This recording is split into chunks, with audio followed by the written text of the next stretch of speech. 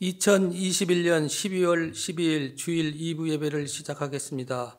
모두 일어나셔서 개회 찬송 1절과 4절입니다.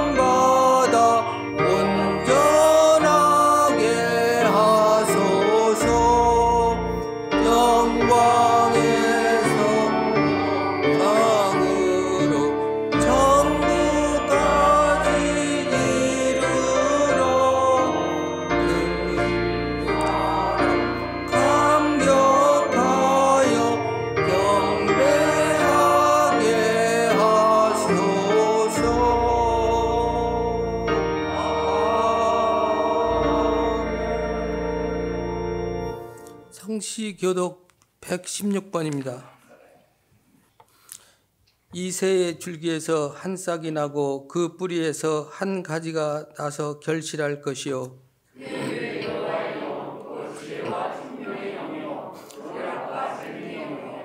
지식과 여호와를 경외하는 영이 강림하시리니 그의 눈에는 보이는 대로 심판하지 아니하며 그의 귀에 들리는 대로 판단하지 아니하며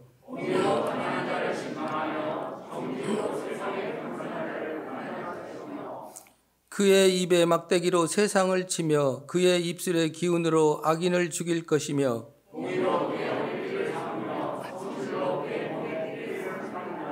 그때 이리가 어린 양과 함께 살며 표범이 어린 염소와 함께 누우며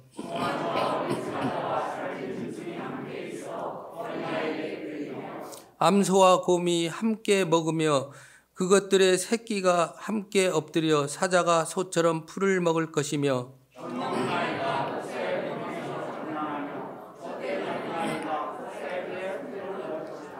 내 거룩한 산 모든 곳에서 해됨되어 없고 상함도 없을 것이니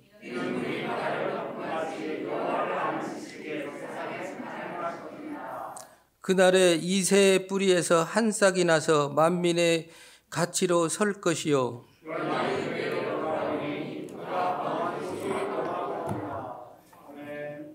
감사와 회개 기도를 갖는 시간을 갖겠습니다. 예배자로 불러주시고 지난 1년 동안 인도하신 하나님께 감사하고 저희들 말씀대로 살지 못한 우리의 연약함과 부족함을 회개하는 기도를 드리시겠습니다. 아버지 하나님 감사합니다. 아버지 두세 사람이 모인 곳에 함께 하신다고 하신 아버지 하나님, 저희들 하나님의 예배자로 불러주시며 감사합니다. 아버지 또한 저 1년 동안 어려운 가운데서도 저희를 지켜주시고 항상 주의 인도함 가운데 살게 하시니 감사드립니다. 때로는 저희들 말씀대로 살지 못하였지만 아버지 하나님 열심히 살려고 노력하고 한 연약함을 인도해 주시고 항상 주의 은혜 가운데 저희들을 살 수 있도록 은혜를 베풀어 주시옵소서.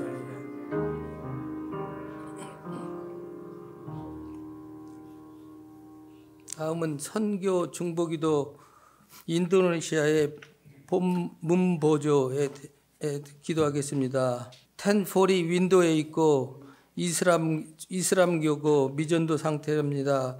지역 신들을 노엽게 할까봐 두려워하기 때문에 그리스도의 믿음을 믿지 못하게 하는 것입니다.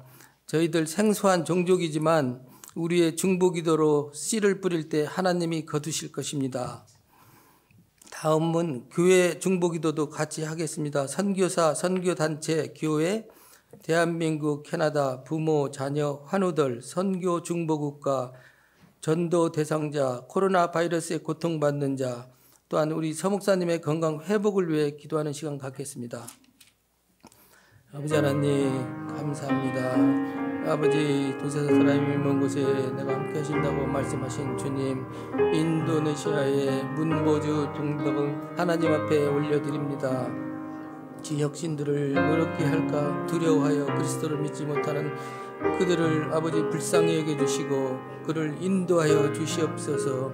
아버지 또한 저희들 이곳 사는 저희들과 연말에 저희 자녀들, 부모들 함께해 주셔서 아버지 1년 동안 감사함으로 생활할 수 있도록 도와주시고 아버지 대강들의 하나님 오심을 기다리며 아버지 잘 살아갈 수 있도록 은혜를 베풀어 주시옵소서. 항상 주의 은혜 가운데 갈 수 있는 저희들 되게 도와주시고 아버지 때를 따라 하나님의 은혜를 사모하는 저희들 되기를 간절히 소원합니다. 함께하여 주시옵소서. 찬송가 105장입니다.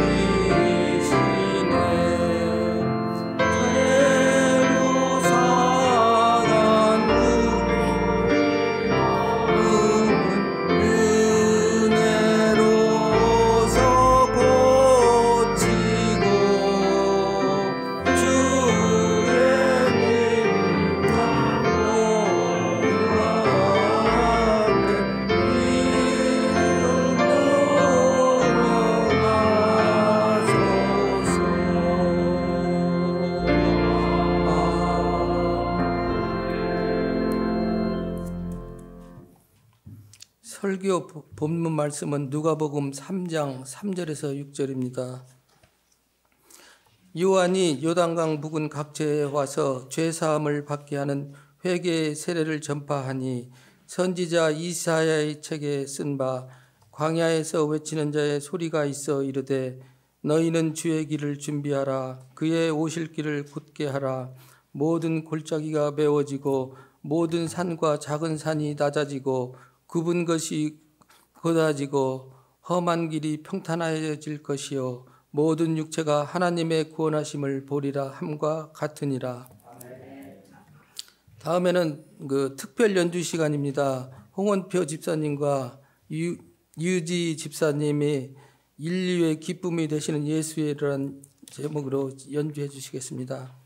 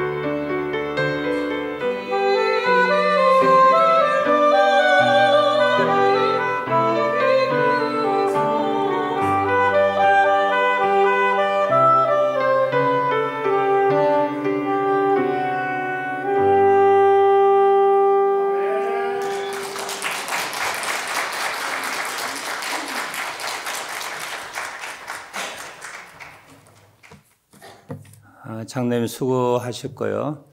우리 특별 연주 또 특송 감사합니다. 이번 주부터는 좀 사회도 보고 설교도 했으면 좋겠다 했는데 결국 우리 장로님들 사회 보시는데 너무 수고하시는 것 같아요. 네, 진짜 수고 많이 하시는 감사드리고요. 아픈 게 나쁜 것만은 아닙니다. 왜냐하면 적은 것, 평범한 것 생각하지 않고 지나갔던 것에 대하여 감사한 마음도 생기고 또 우리 인간이 이렇게 약하구나. 하나님 약한 자를 사랑하세요. 약하게 되는 그런 은혜도 경험하게 됩니다. 꼭 힘든이 나쁜 게 아니에요. 고통과 파상과 또 속썩이는 그런 일들이 결국은 나중에는 좋은 일로 그렇게 되기도 한다 하는 생각을 하게 됩니다. 믿는 사람이든 믿지 않는 사람이든 우리는 무엇인가를 기다리며 살아갑니다. 저 어릴 때는 좀 대학을 좀 갔으면 좋겠다. 또 좋은 대학 갔으면 좋겠다. 또 군대 갔다 와서 재입학을 하고 좋은 직장을 가졌으면 좋겠다. 그런 생각을 갖죠. 직장 가지면 또 믿음의 배우자, 내가 사랑하는 배우자를 만나서 행복한 가정을 누렸으면 좋겠다. 또 우리 한국 사람들 집을 좋아하니까 전세방에 시작했다가 사글세방에 시작했다가 어떤 방법이든지 집을 좀 큰 평수로 또 강남이나 또 시세가 오를 수 있는 곳으로 옮기는 것 그렇게 기다리며 살아갑니다. 결혼하면 아이를 낳게 되고요. 또 아이가 크면 똑같은 그런 기다림 가운데 살지요. 이건 믿는 자나 안 믿는 자나 똑같은 기다림입니다. 그런데 성도에게 평생토록 절대적으로 꼭 필요한 기다림, 그 기다림에 의한 준비가 있어야 할 일이 있습니다. 그게 뭐냐면 믿는 자는 주님의 다시 오심을 기다리는 사람이에요. 오늘 또 그 15절 안 읽었습니다만 백성들이 메시아를 바라고 기다림으로 이렇게 되어 있어요. 그리고 오늘 읽었던 본문 말씀 4절에 보면 너희는 주의 길을 준비하라. 기다리면 그 기다림에 근거하여 준비하게 되어 있습니다. 지금은 조금 풍토가 달라졌는데 저희가 청년 시절에 성탄절마다 오면 올라이트 통행금지 그때 없지 않습니까? 올라이트 하는 그런 부푼 꿈을 가지고 막 계획을 짜고 친구들 모으고 하는 그런 기억이 납니다. 기다림이라는 것이 굉장히 중요하죠. 안 믿는 사람들과 똑같이 우리는 기다림을 가지고 삽니다. 그것이 확정됐던 또 보이지 않는 막연한 것들일지라도 기다림 가운데 사는 거야. 그런데 믿는 우리에게 다시 말씀드리는데 양보할 수 없는 꼭 필요한 기다림이 하나 있는데 그것이 바로 주님의 다시 오심을 기다리는 겁니다. 그 정도에 따라 준비하는 것도 달라지는 거예요. 오늘 우리 성탄절기를 맞으면서 이 성탄절은 예수님의 처음 오신 날을 기념하지 않습니까? 근데 이 예수님의 성탄은 허구적이나 가상적이나 전설에 의하여 생긴 것이 아닙니다. 인간 사회에 보면 어떤 경우에는 정말 전설적인 그런 이야기에 기초하여 어떤 날들을 기념하는 경우가 많이 있죠. 근데 성탄은 전설이 아니고 허구가 아니고 가상이 아니고 인간이 만들어낸 어떤 이야기가 아닙니다. 유대 땅이라고 하는 곳에 베들레헴이라고 하는 특별한 시티에 그리고 마리아와 요셉과 마구간이라고 하는 곳, 역사적인 지역과 시기에 한 일어났던 사건을 우리가 기념하는 겁니다. 그 사건의 의미는 더 중요한 건 뭐냐 하면 하나님이 이스라엘 민족, 창조주가 이스라엘 민족을 통하여 전 인류를 구원할 메시아 그리스도가 온다고 하는 약속이 구약 성경에 300곳 이상이나 등장하고 있다는 거예요. 그 하나님의 약속이 하나님의 때에 하나님의 방법으로 하나님의 능력으로 이루어졌던 구체적인 역사적인 사건을 기초하여 우리가 성탄을 즐기고 기념하고 있습니다. 창세기 3장 15절에 보면 여자의 후손은 내 머리를 상하게 할 것이요. 여자의 후손이 누구지요? 예수 그리스도입니다. 내 머리는 뱀의 머리입니다. 뱀의 권세와 죽음이라고 하는 도구를 통하여 인간들을 꼼짝달싹하지 못하게 하는 사탄, 마귀의 그 능력과 권세를 그리스도가 깨트린다라고 하는 예언이 창세기 3장 15절에 기록되어 있습니다. 미가서 5장 2절에 보면 미가 선지자는 예수님이 태어날 곳, 그리스도가 태어날 곳을 베들레헴이라고 정확하게 지목하고 있습니다.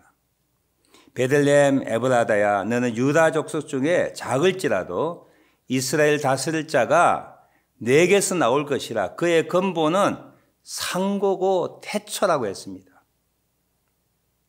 근본이 상고와 태초는 무엇을 의미하죠? 신성을 가진 자, 하나님이 베들레헴에 태어나고 그 태어난 그분이 이스라엘을 다스릴 것이라고 하는 거예요. 구약 성경 읽어보면 베들레헴이라는 지명은 거의 나오지 않습니다. 그래서 미가가 말하기를 베들레헴 에브라야 너는 유다 족속 중에 작을지라라고 하며 예수 그리스도가 베들레헴에서 태어날 것에 대하여 예언하고 있는 거죠. 그 외에도 300곳 정도 구약 성경을 통하여 이스라엘 민족에게 하나님이 온 인류를 구원할 메시아를 이 땅에 보내주신다고 하는 내용이 예언되고 있습니다. 그런데 예언은 두 가지 특색을 가지고 있어요.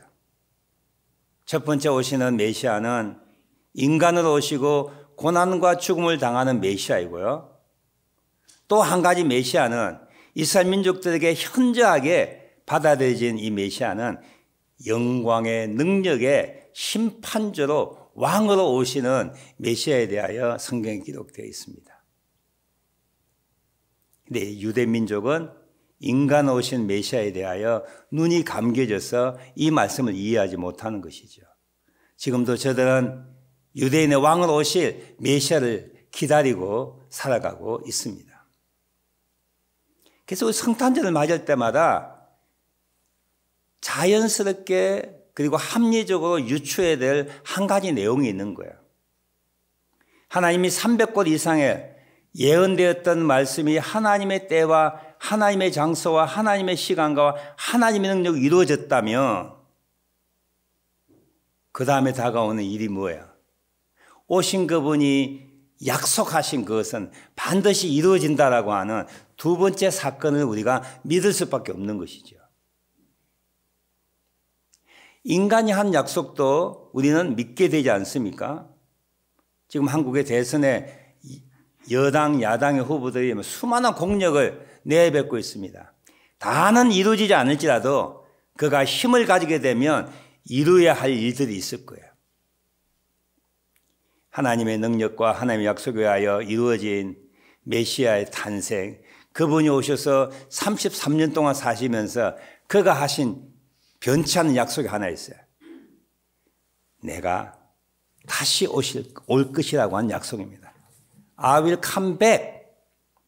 요한복음 14장 3절에 보면 내가 너를 떠나겠다는 말을 듣고 제자들이 두려워서 예수님 어디로 가십니까? 그 길을 보여주시고 알려주십시오. 내가 가서 너희를 위하여 처소를 예비하면 내가 다시 와서 너희를 내게로 인도하리라. 예수님께서 말씀하셨어요. 뭐라고 말씀하셨어요? 내가 지금 가지만 죽어. 내가 이 땅을 떠날지 모르지만 언젠가 때가 되면 내가 다시 오실 것이라고 그분이 약속하시는 거예요. 그리고 요한복음 14장 18절과 28절, 요한복음 21장 22절과 23절에 보면 내가 다시 올 것이라고 주님이 그렇게 약속하셨습니다. 요한계시록 22장 20절에 보면 사도 요한에게 앞으로 될 일에 대하여 하나님께서 예수님께서 보여주시고 마지막 요한계시록 끝날 즈음에 이것을 증거하신 이 그리스도 예수가 가라사대 내가 진실로 속히 오리라. Yes, I will coming soon. Yes, I will coming soon. 살아계셨을 때 내가 다시 오신다고 약속하신 그분이 사도 요한에게 마지막 교회가 당하는 환난에 대하여 그리고 영광의 심판의 주 되시는 그리스도가 오실 것에 대하여 예고하시면서 예언하시면서 친히 그분이 Yes, I will coming soon. 내가 진실로 속히 오리라. 그때 요한이 교회를 대표하여 이렇게 응답합니다. 아멘 주 예수여 오시옵소서. 아멘 주 예수여 오시옵소서. 이것이 예수님의 말씀에 의하여 사도들의 믿음이요 초대 성도들의 믿음이요 중세 성도들의 믿음이요 현대 성도들의 믿음이 예수님의 다시 오심을 기다리는 것입니다. 성경적인 그리스도인이란 주 되시는 예수님의 다시 오심을 기다리는 사람들입니다. 여기에 성경적인 말에 여러분 주목하셔야 돼요. 성경적인 믿음을 바탕으로 하고 있는 사람들은 마땅히 반드시 필연적으로 예수님의 다시 오심을 기다리는 사람이에요. 여러분 질문하고 싶어요. 저한테는 한 질문이기도 해요. 정말 여러분 예수님의 다시 오심을 기다리고 있습니까? 아멘 안 하셔도 돼요. 진짜 입으로 하는 것이 아니라 머리로 믿는 것이 아니라 가슴으로 믿어지며 살아가고 있습니까? 여러분 나름대로 내가 신자라고 뜻이 아니에요. 나는 이렇게 하여 신자라고 생각한다. 나는 세례받았으니까, 교회에 출석했으니까, 교회에 봉사했으니까, 나는 믿는 가정의 출신이니까 나는 믿는 자다. 그렇게 생각하는 사람이 많이 있죠. 진짜 믿음의 본질 중에 하나는 예수님을 믿어 구원받을 뿐 아니라 내가 믿었던 그분이 이 땅의 심판주로 영광의 주로 다시 오신다고 하는 것을 믿고 기다리는 사람이 성경적인 그리스도인입니다. 예수님 오실 당시에 하나님께서 이스라엘 민족들 마음속에 그리스도 메시아를 갈망하는 마음들을 주셨습니다. 그 갈망의 마음을 가진 자 중에 한 사람이 예수님보다 6개월 일찍 태어난 제사장 사가랴와 엘리사벳이라고 하는 어머니를 둔 요한이었어요.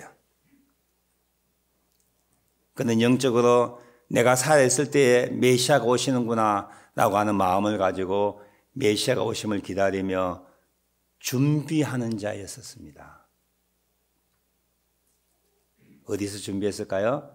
사해 근방의 황량한 광야 땅에서 세속적인 것을 멀리하고 하나님의 음성을 귀를 기울이고 낙타틀을 가지고 옷을 입고 석정을 먹고 금욕적이고 경건한 신앙을 가짐으로 메시아를 준비하는 사람이었습니다. 그리고 하나님의 말씀이 그에게 주어졌을 때 그는 광야에서 외치는 자의 소리로서 그를 통하여 메시아를 기다리는 이스라엘 민족들에게 무엇을 준비해야 될까를 가르치는 선지자로 쓰임을 받았던 사람이었습니다.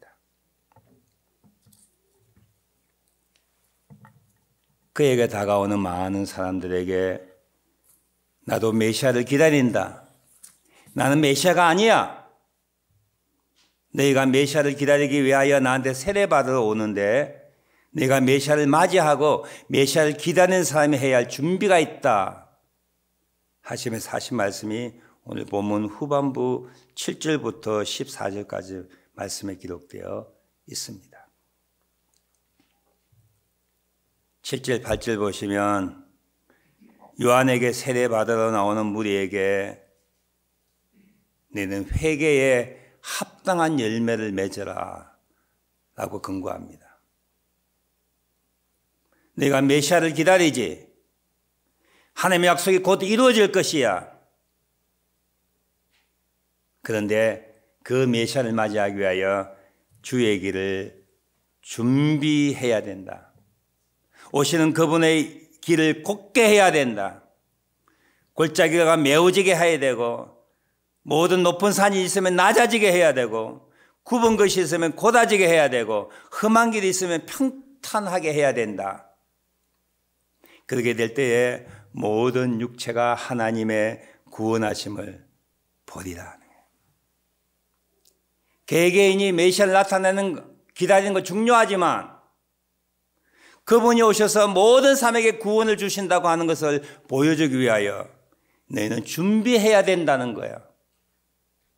높은 산을 낮게 만들고 굽어진 길을 곧게 하는 그는 준비가 기다리는 자에게 있어야 된다고 말하고 있습니다. 성탄절을 맞이할 때마다 이게 역사적인 사실이구나. 하나님이 300군데 이상이나 구약에 예언했던 말씀이 이루어졌던 구체적인 이 땅에 이루어진 일이었구나. 믿으시면 두 번째 믿어야 될 게 있어요. 오신 그분이 말씀하시기를 내가 다시 오실 것이라고 하는, 다시 올 것이라고 하는 것을 우리는 당연히 믿어야 되는 거예요. 그 믿음은 우리의 이성에서 생기는 것이 아니에요. 하나님의 은혜로 주어지는 겁니다. 하나님, 저는 세상 것을 기다리며 살아왔는데 다시 오실 주님을 기다리는 마음을 달라고 기도하세요. 주님의 다시 오심을 기다리지 않고는 성경적인 신앙생활을 할 수가 없습니다. 주님을 기다리는 자에게 합당한 열매 맺는 삶을 살 수가 없는 거예요.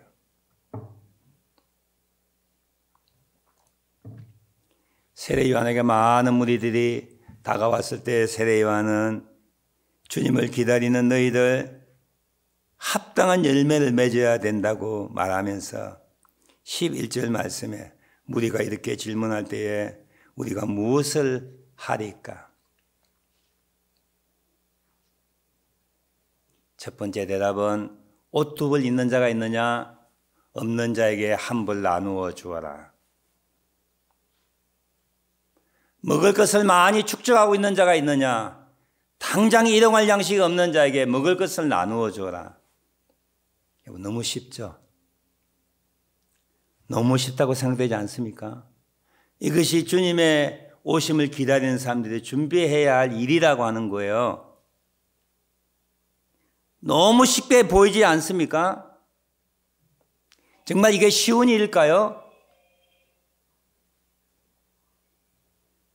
믿는 우리들도 쓸데없는 욕심 때문에 내가 가지는 것을 남과 나누지 못합니다. 내 통장에 10만 불, 20만 불, 100만 불이 있어도 가난한 자와 가난한 자의 100불을 나누지 못하는 탐욕적인 우리 모습을 생각할 때 이것이 결코 쉽지 않다라고 하는 걸 알 수 있는 거예요. 우리의 본성을 거스리는 일이기 때문에 그렇습니다. 세례 요한이 아주 심플한 너무나 상식적이고 인간적인 이야기를 통하여 준비하라고 이야기하자면 이것이 우리가 너무나 힘들다고 하는 것 뼈저리게 느끼는 거예요. 이분 옷장에 옷이 몇 불 있어요? 썩은 문드러져도 남에게 나눠주지 않습니다. 제가 언젠가 농담을 이야기했잖아. 지금 할머니가 되었는데 어린애 때 자기 장난감 안 내버리는 거야. 왜 안 주냈더만 아까워서 그렇대. 아까워서. 그거 일찍이 셀베이션 암이나 갖다 주거나 뭐 세컨핸드 갖다 주면 남이 잘 쓸 거 아니야. 나누지 못하는 거예요. 두 번째 세리가 왔습니다. 세리가 어떤 사람인지 아시지요? 우리는 어떻게 해야 주님을 기다리는데 무엇을 해야 되나요?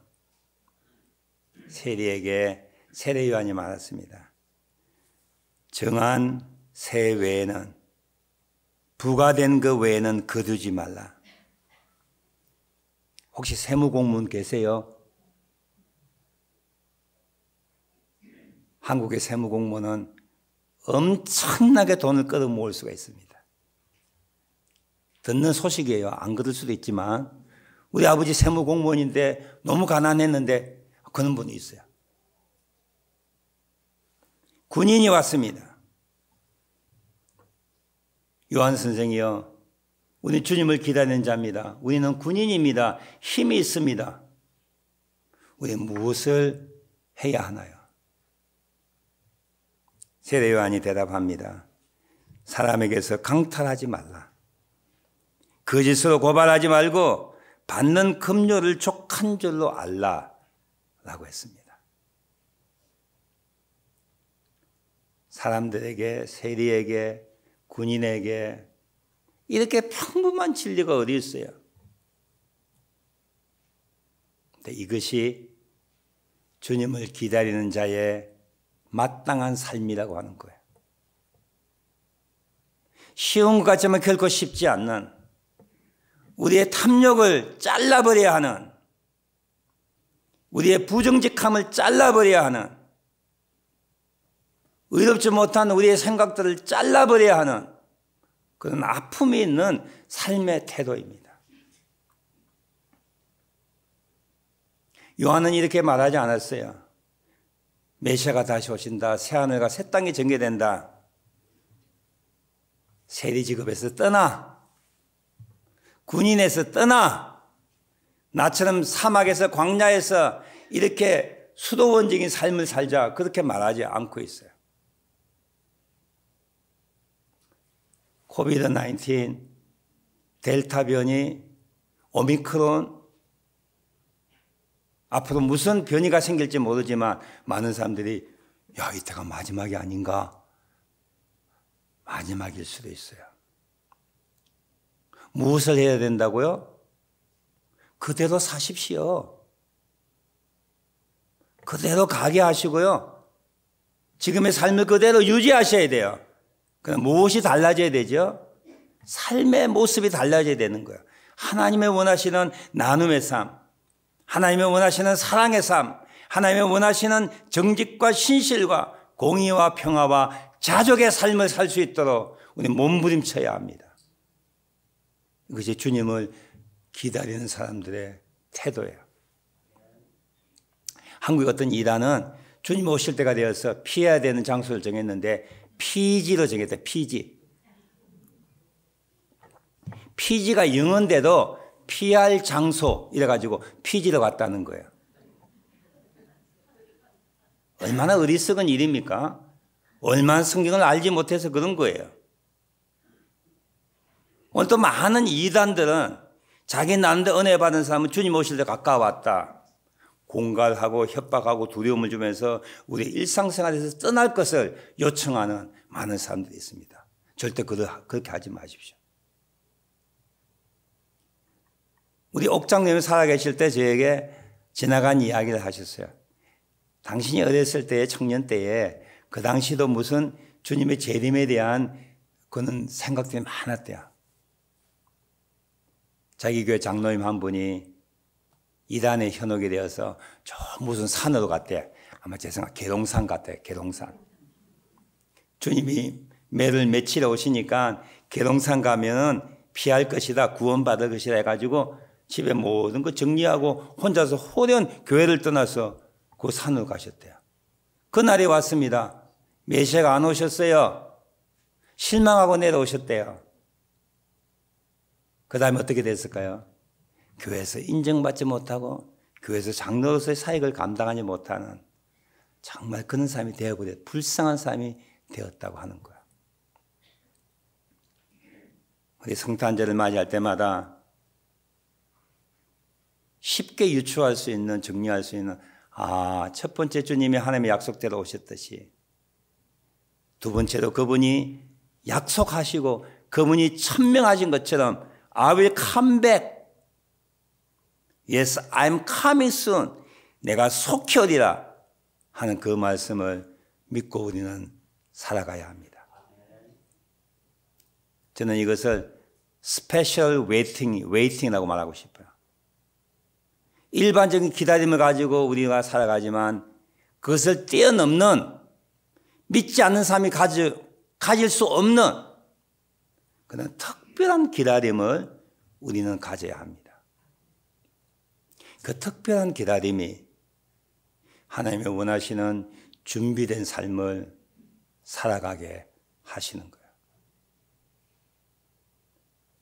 말씀을 마치면서 이 특별한 기다림에 대한 하나님의 은혜가 우리에게 서서히 한꺼번에 확 부어져서 세상을 바라보는 눈길들이 달라졌으면 좋겠어요.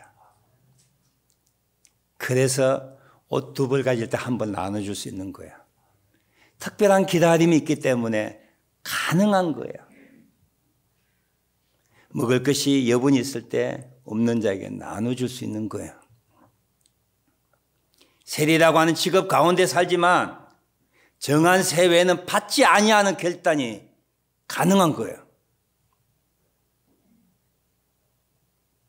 힘 있는 군인이 날지라도 그 힘을 가지고 자기 이익을 위하여 쓰는 그 탐욕의 그 욕심에서 우리는 절제할 수 있는 힘이 어디서 생겨?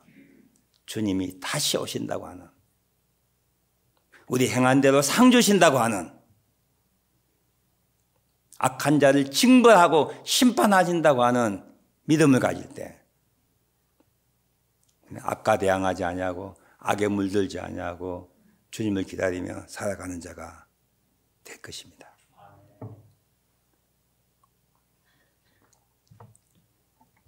이 설교를 다 마무리하고 난 다음에 오늘 새벽에 제가 주님, 저는 주님을 기다리는 자입니까? 이 설교 애초부터 준비할 때 이 말을 여러분과 하고 싶었는데 오해 안 했으면 좋겠어요.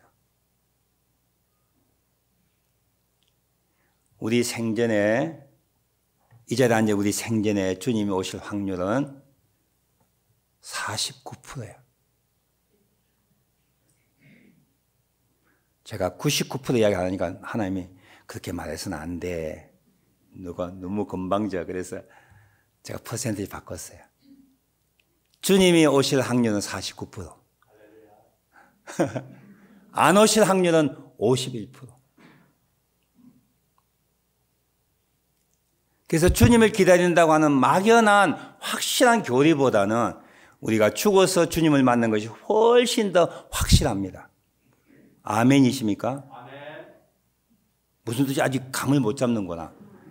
그냥 쉽게 말하면 오해하지 마시고 여기 앉아있는 우리 생전에는 주님이 안 오시고 그 다음에 주님이 오시기 전까지 우리가 먼저 죽는다 이 말이에요. 100%. 그렇게 하면 좀 건방져서 안 오실 확률이 49%. 오시는 확률이 49%. 안 오시는 확률이 51%란 말이야.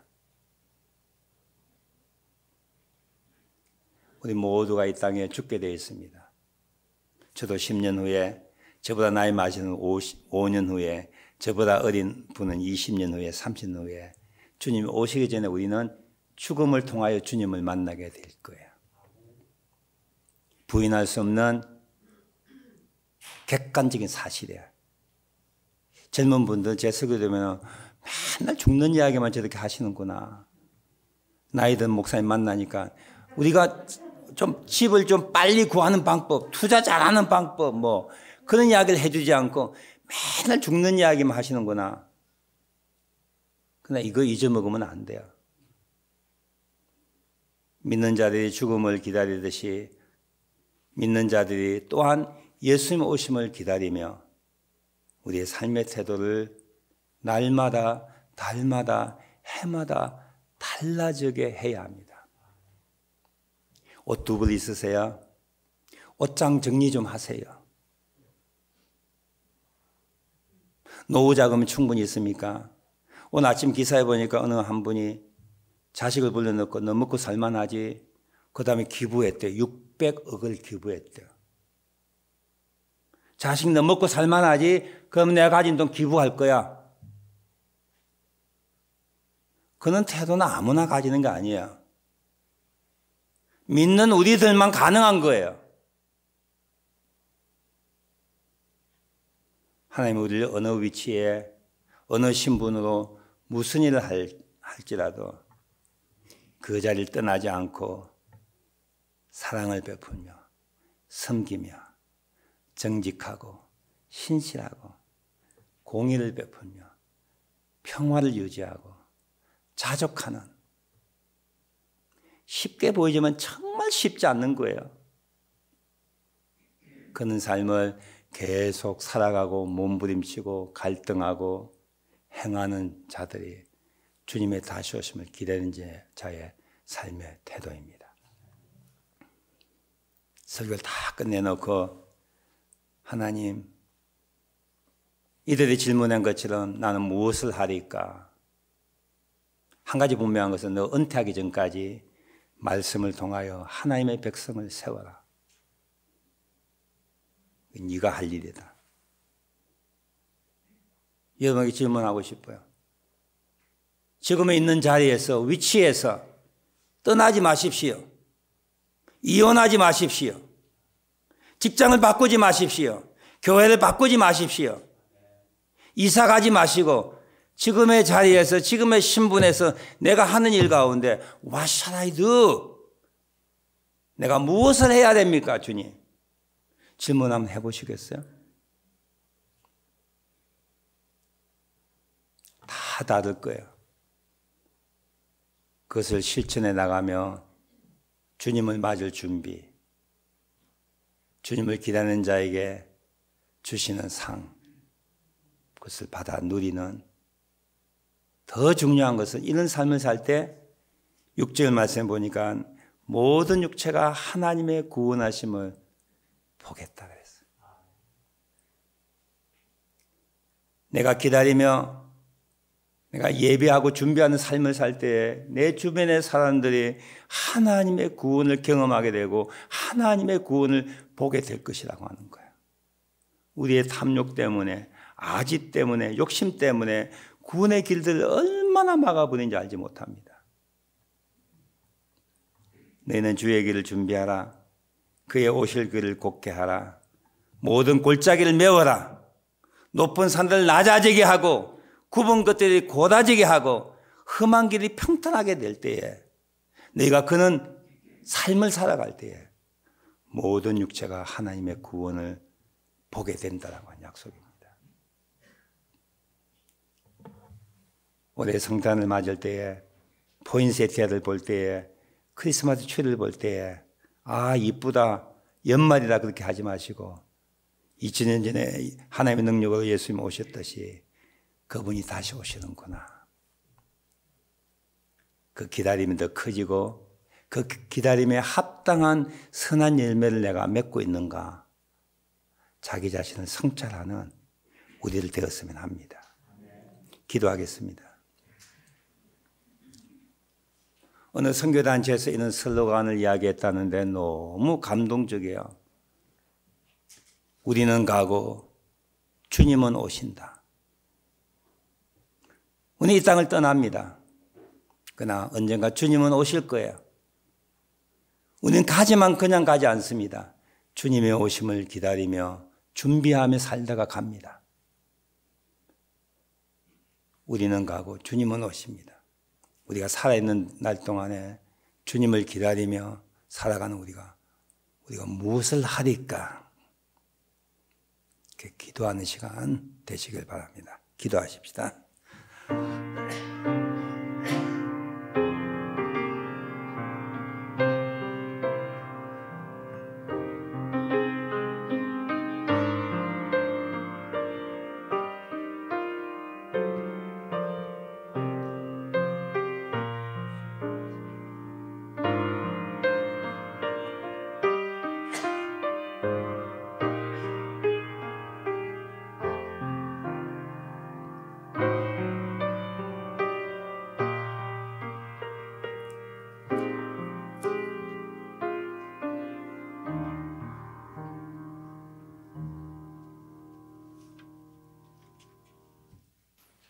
찬송가 180장입니다.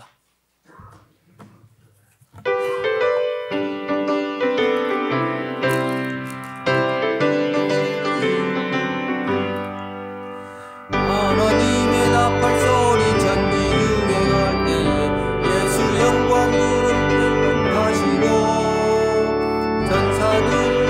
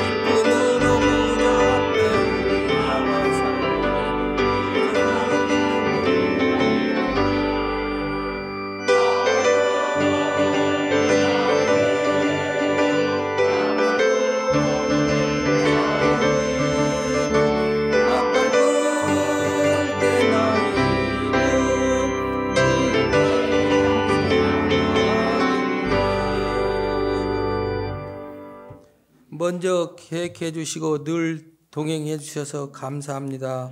기도에 응답해 주셔서 감사합니다. 오랫동안 운영했던 가게를 좋은 분에게 인계하고 은퇴하게 하심에 감사합니다. 예배 감사 헌금 항상 건강한 모습으로 예배 드리게 하여 주셔서 감사드립니다. 기도하겠습니다. 사랑해 주님, 오늘도 받은 은혜에 감사하여 선교 헌금, 감사 헌금, 11조 등 여러 모양으로 예물을 드립니다. 주님께 드릴 수 있는 마음을 주심에 감사하고 드릴 수 있는 물질을 허락하여 주심에 감사드립니다. 드리는 손길마다 복되게 하시고 그 물질을 통하여 많은 선교사를 돕고 가난한 자를 먹이는 헌물이 되게 하시며 하나님의 영광을 위하여 사용할 수 있도록 인도하여 주시옵소서. 예수님의 이름으로 기도드렸사옵나이다.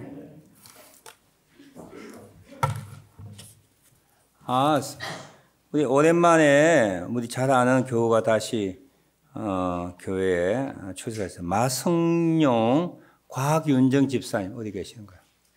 한국 갔다가 다시 카나다 오시는. 아우 반갑습니다. 네, 환영합니다. 네, 두 분의 여전한 나이도 많이 컸죠. 네, 아유 반갑습니다. 네, 네 우리 마지사님 반갑습니다. 교회 소식 여러분께 좀 나누고 싶습니다. 첫 번째, 내년도 예산을 위한 공동회의가 오늘 2부 예배 후에 있습니다. 저희 교회는 너무 잘 믿어가지고 재직회도 참석 안 하고 공동회의도 참석 안 하고 너무 좋은 교회예요. 왜냐면 공동회 때마다 뭐 의장 해가지고 소리치가 싸우자는 사람 전혀 저희 교회에 없거든요. 너무 감사하고 내년도 예산안을 위한 공동회인데 팬데믹 때문에 저희가 대면 예배 많이 못 드렸지만 정부에서 보조도 있었고 또 대면 예배가 시작됐을 때 저희 교우들이 정말 헌금을 잘해 주셔서 또 올해는 대외 행사가 많이 없어서 거의 10만 불 이상의 돈이 입원되게 되었습니다. 그래서 내년도에는 교회가 너무 오래되어서 창문 틀도 좀 수리하고 또 물새는 또 곳도 좀 바꾸고 어린애들 놀 수 있는 플레이그라운드도 놀이터도 좀 보수하고 새로 구입할 생각을 가지고 있습니다. 헌금 잘해 주셔서 너무 감사해요. 건강한 교회는 예배 출석과 헌금을 보면 알 수 있어요. 저희 교회 예배 출석도 잘하시고 헌금도 잘해 주셔서 너무 감사를 드립니다. 4번 내년도 선교 후원금 작정서 제출인데요. 이 교회 개정에 하면 목적 헌금이라고 했고 일반 헌금이 있는데 저희가 선교사를 돕는 거의 많은 부분은 목적 헌금에서 나옵니다. 여러분이 선교 후원금 해주시면 그것을 모아서 우리 후원 선교사와 협력 선교사에게 분배하게 됩니다. 지난 2년 동안 이 코로나 때문에 저도 당황하고 여러분들도 당황하고 예배도 안 모이고 어떻게 예배하는데 급급해가지고 이걸 강조 못해서 헌금의 액수가 팍 줄게 되어서 우리 선교사를 돕는 일에 좀 어려움이 있었습니다. 이제 대면 예배가 계속 활성화되고 또 제정신 차려서 이 선교 후원금에도 많이 작정해 주시길 바랍니다. 적어도 109자 정도가 돼야 되거든요.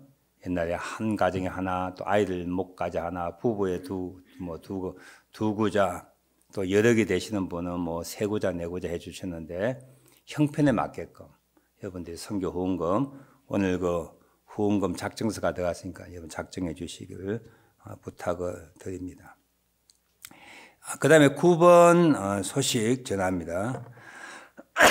저희 교회에서 14년 동안 교육목사, 부목사 겸으로 섬겼던 이영복 우리 목사께서 베리 지역에 있는 작은 개척교회, 베리 베델교회에 청빙을 받아 이를 세 번째 주로 떠나게 됩니다. 저희 교회는 올해 12월 30일자로 사임하게 되고 사모님도 같이 오시자마자 반주자로 수고해 주셨는데 반주자 또 그 일을 그만두게 됩니다. 15명 정도 모이는 작은 교회라니까 가셔서 좀 부흥시켜 주시고 또 열심히 일할 수 있도록 기도해 주시길 바랍니다. 저희 교회의 특징은 한 번 오시면 오래 계시는 게 특징이야. 담임 목사도 30년, 부목사도 15년, 반주자도 15년, 성가대 지휘자도 10년, 15년 정도 우리 교회 좋은 특징이야. 그런데 보내실 때는 기분 좋게 보내셔야 되는 거야. 저 의미를 아시죠? 그동안 수고하셨습니다. 감사합니다. 하고 이렇게 감사의 표시와 또 격려의 말로 여러분들이 잘 보내주시기를 부탁을 드리고 또 새롭게 목회하는 목회자를 위해서도 축복해 주시고 기도해 주시기를 바랍니다. 선한 마음이 참 많지만 제가 이렇게 공치사 아니고 우리 이 목사님은 부목사로서는 짱이에요. 너무 뛰어나지도 않고 너무 모자라지 않고 중도의 길을 잘 걸어오신 부목사님이야. 그런 점에 치하하고 싶고 담임 목사로 일하실 때 14년 동안 저희 교회에서 배우고 경험했던 그런 목회 능력들을 잘 발휘하여서 목회 잘할 수 있을 겁니다. 기도해 주시길 바랍니다. 기타 교회 소식은 여러분들 참고해 주시기 바랍니다.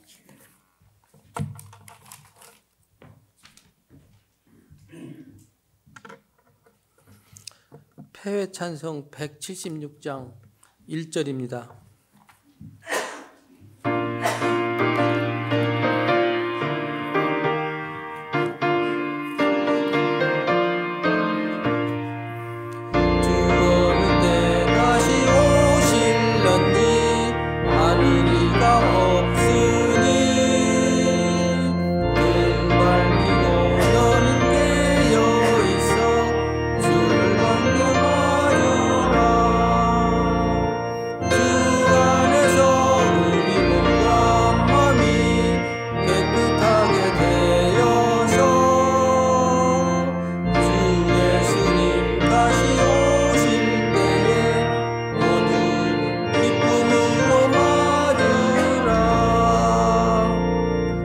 목사님 축도하심으로 오늘 예배를 마치겠습니다.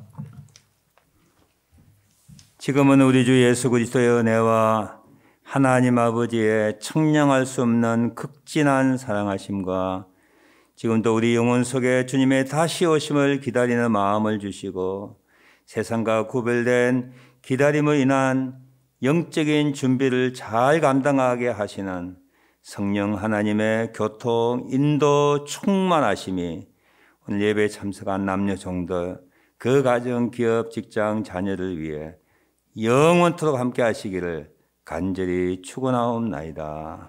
아멘.